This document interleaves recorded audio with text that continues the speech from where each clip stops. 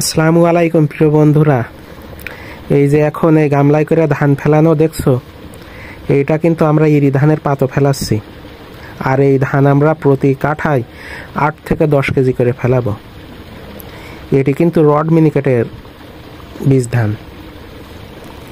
আর এই জমিতে কিন্তু 1 থেকে 1.5 কেজি করে প্রতি কাঠায় সার দেওয়া হয়েছে। ইউরিয়া, টিএসপি, পটাশ বা জিঙ্ক, বোরন এগুলাও দেওয়া হয়।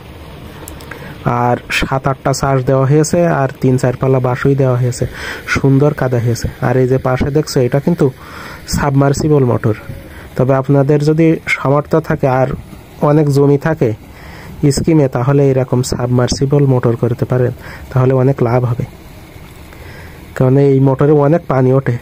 আর যদি দেখাচ্ছে মোটর করার সামর্থ্য না থাকে, জমি কম থাকে, তাহলে করে লাভ নেই। আর এই মোটর করতে কিন্তু অনেক পয়সা খরচ হয়। খালি এই মোটরের মূল্যই প্রায় 1,10,15,000, আর 90,000 টাকার মতো পাইপ আছে, 90-95,000। আর মিস্ত্রি খরচ বালি দিয়ে প্রায় 2,80,90,000 টাকা খরচা হয়ে গেছে। তবে পানি ওঠে ভালো।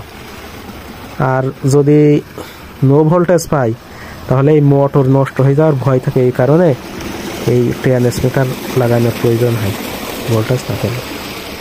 তবে যদি সামর্থ্য থাকে, তাহলে সাবমার্সিবল মোটর করতে পারেন। আর এই যে জমিতে যে পাতো ফেলানো হচ্ছে, এই পাতো কিন্তু আপনারা খুব যত্ন করে ফেলাবেন। আর ভালো বীজ ধান না হলে সেই ধানের কিন্তু পাতো ফেলাবেন না প্রিয় বন্ধুরা।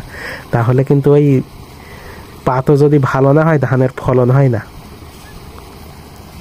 এই কারণে ভালো জাতের ধান লাগাবেন, সুন্দর করে পাতো দেবেন, তাহলে আবাদ ফসল ভালো হবে। আচ্ছা, সবাই ভালো থাকেন।